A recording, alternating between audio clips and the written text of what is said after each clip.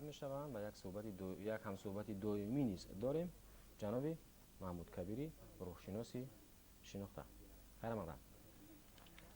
جناب کبیری، بعد زمان پس شوروی، بعد شکست شوروی، متاسفانه یک 30-40% مردم تا حال به خود نیامده ایستادند. حالا هم گمان میکنند که دولت ابرقدرت شوروی آنها را میخواند میپوشاند و یا دولت امروز تاجیکستان مثلا. حتما یعنی که من برای دولت چی کار میکنم سوال نیست، ولی دولت برای من چی کار میکنه. یعنی یک نوع کرختی افکار است در هموطنان ما، در بعضشان. البته چی باید کرد که این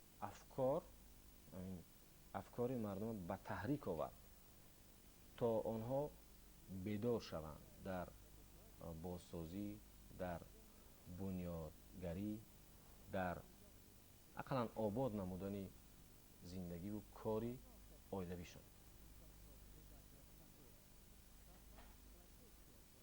البته همچون در روند تاریخ پیدا شوی حکومت شوروی این طرف های منفی و مثبت خود را دارد و یکی از طرف های مثبت آن این است که بشر را از تهدید فاشیسم خلاص کرد و این وظیفه خود را که اجرا کرد همچون یک واقعه تاریخی از بین رفت و تاثیراتش البته در شعور انسان ها ماند. از آن جمله یک پرینسیپی کاری که در شوروی بود، کسی کار نمی کند نمی خورد، برعکس شد. کسی کار نمی کند می خورد. یعنی از حساب آدمانی کار میکردگی، آدمانی کار نمیکردگی هم زیاد شدن گرفتن و این تاثیرش در روان مردم ماند. از آن جمله در خلق ما و یکی از سبب‌های شکستخوری شوروی هم همین بود. و البته انسان دائم روانه شده است به جهان بیرونه و به جهان باطنه خود و کوشش میکند انسان که گناهکار رو دائم یابد و البته کم آدم رو میارد به آن که گوید که خودی من گناهکار هستم.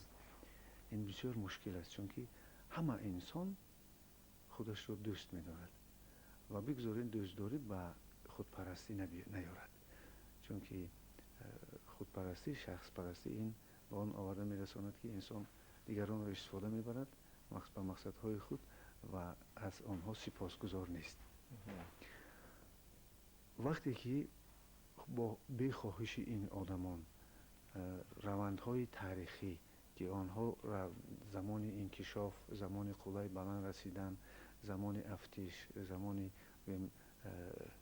رگرسیا برعکس شدن آن واقعهایی که پیش که رو به انکشاف داده بودند و تنظر می‌یابند، در این آدمان با این شرایط ها مطابق می‌شوند و این رو خوب گفته است یکی از عالمان ساحه بیولوژی چارلز داروین،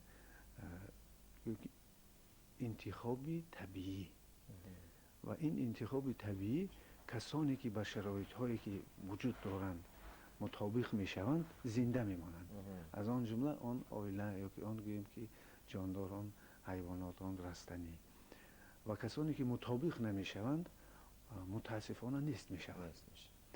چون این هست، ولی باز با این نگاه نکرده که این مثلا انسان یک مخلوق عالی هست، باز آن کسانی که مطابق نشدند و امکاناتی کار کردن و فعالیت کردن ندارند آنها را یاردم میکند و در همه دولت ها، در همه از آن جمله در دولت شوروی هم چنین بود که آدمان رو کمک پولی، یاردم پولی میدادند.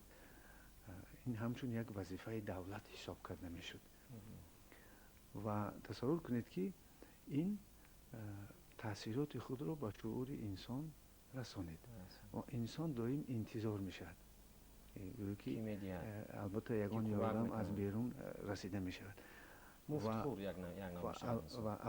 البته این طرف های منفی خودش هم دارد. مثلا ما میگیریم یکی از خواهش مردم دولت های پیشرفته دراز عمری و دراز عمری که مثلا به نظر گرفتن خورد و خوراک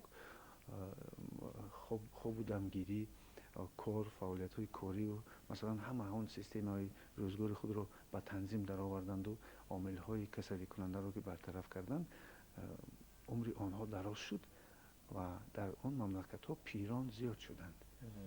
صفی پیران زیاد شدند که مثلا ارزنده بودن آنها هیچ فایده نیست مثلا، لیکن آنها را در مقطع مثلا 100 ساله ها آدمان 100 ساله در یپونیا از 1 میلیون زیاد شدند. نگاه بینی آنها برای دولت مشکل میشد و البته دولت های پرقدرت که هستند آنها این امکان را دارند، لیکن این طرف منفی آن است که از حساب زیاد شدن مثلا پیران، جوان ها کم شدن میگیرند. در ما مثلا صف جوان ها زیاد است. این از حساب آن است که شرایطی که حاضر مثلا دولت ما شرایطی که مهیا ساخت، صلح و آشایشتگی که شد، این با آن روان آورد که مردم ما توانستند افزایش اهالی کنند و البته این تاثیرات های منفی که سالهای آخر در مملکت ما شد، در تاجیکستان شریف ما شد، این باعث کمشوی اهالی مردم شد، لیکن از این حساب پورا گردانده شد و البته از خود انسان وابسته است که اگر دستگیری روانی با آنها نباشد، که به آدم ها و فهماندن کارهای روانی، پروسس های روانی نباشد، این البته انسان که مطابق که نشد اعتراضگر نسبت به جمعیت شده میتواند. از جهت آناتومی، بیولوژی، روحی، روانی، شما در برنامه گذشته هم گفتید که ملت تاجیک، ملت ما در برابر چند ملت دیگر ملت خاص است، یعنی اینتלקچوال است. مغزی بنیادکاری و سازندگی دارد، ایجادگری دارد، فقط یعنی این مغز تحریک داده نکرد. مثلا تاریخ شاهد است که در ژاپن، در آلمان، در بریتانیا و در چند دولت‌های دیگر ملت را خیلی استناف دادن. خب حالا ترجمهش شاید دقیق گفتن نتوانستیم.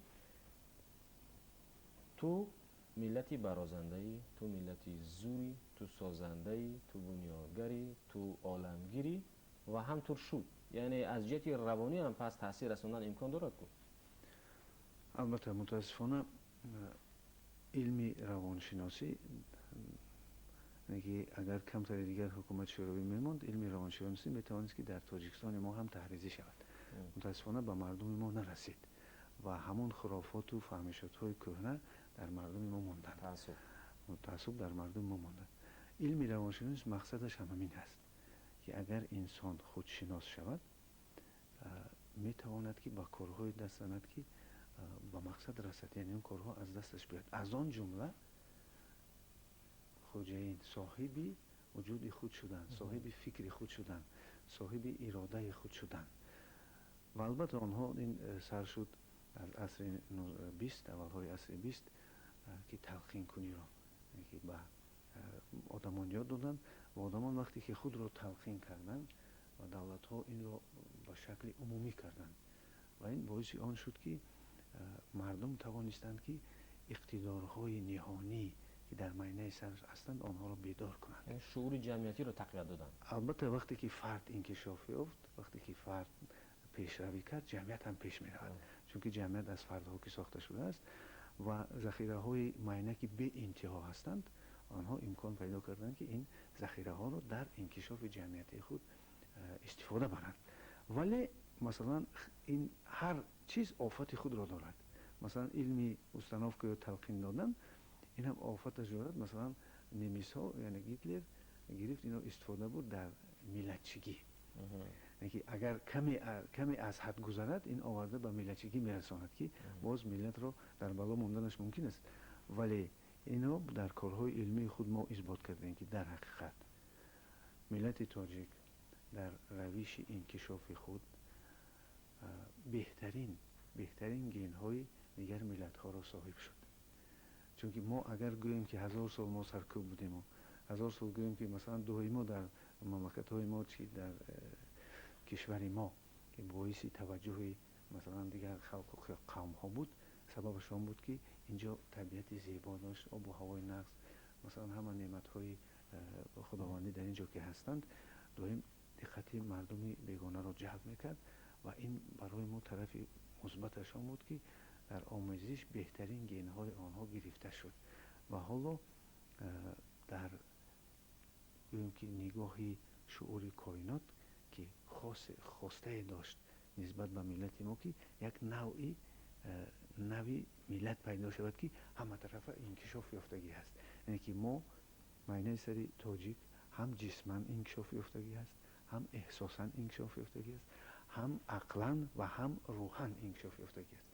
اگر ما به نظر داشت نوعی معنی سر مردم رو به کار روانه سازیم، کسب آموزی رو هم از همین حساب بگیریم، در وظیفه ماندن آن رو هم از همین حساب بگیریم، در مناسبت های حتی که اولیوی یعنی که خانه‌داری هم این رو به نظر بگیریم، ملت میتواند که روش رفت انکشاف خود رو با سرعت کند.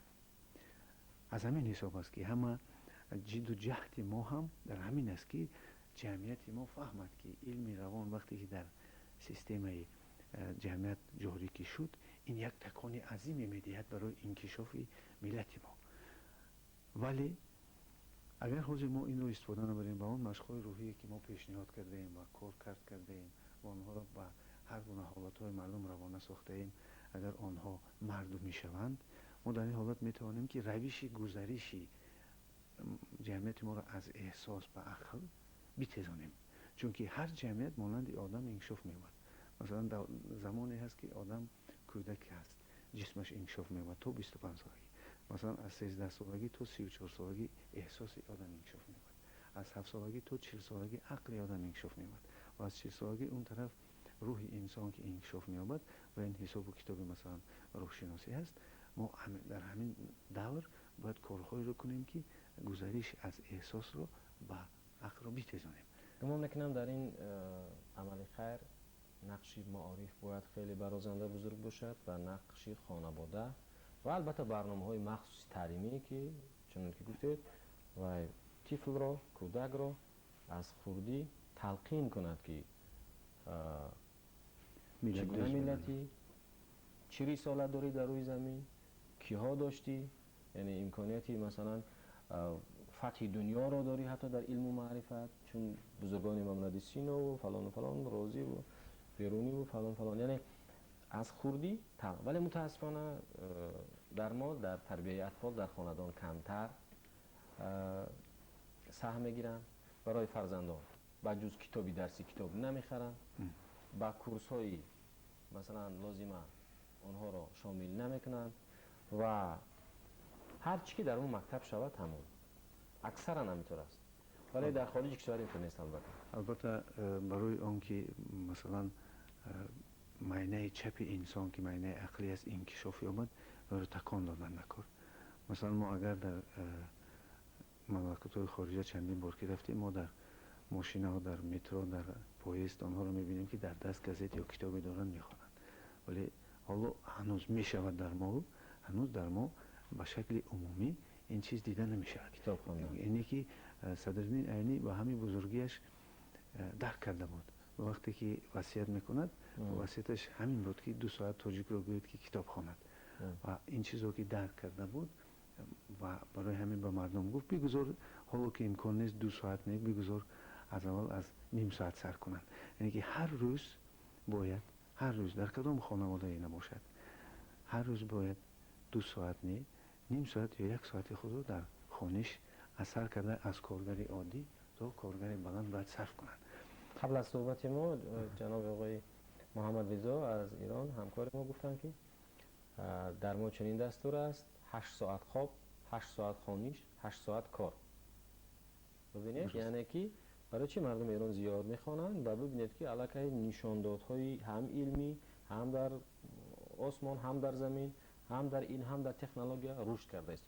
پس باز سرچشمه میگیرد با تلقین روحی و خواندن. البته چون که نه تنها ما مثلا یک شخص رو میگیریم و او رو به سلامتی تلقین میکنیم، حالا علمی ما امکان دارد که جمعیت رو حتی به سلامتی تلقین کند و سلامتی یکون از روی نقطه نظری و گوییم که بی‌نقصی و بی‌عیبی بودند در نظر داریم. و اکنون تصور کنید که ما اگر همین مشق‌های روحی که پیشنهاد کرده ایستادیم اگر اینها رو مردم بگیرند و استفاده کنند، آنها میدونن با کدام روندی که نخواهند اینکه فرزند خود را تلقین کنند،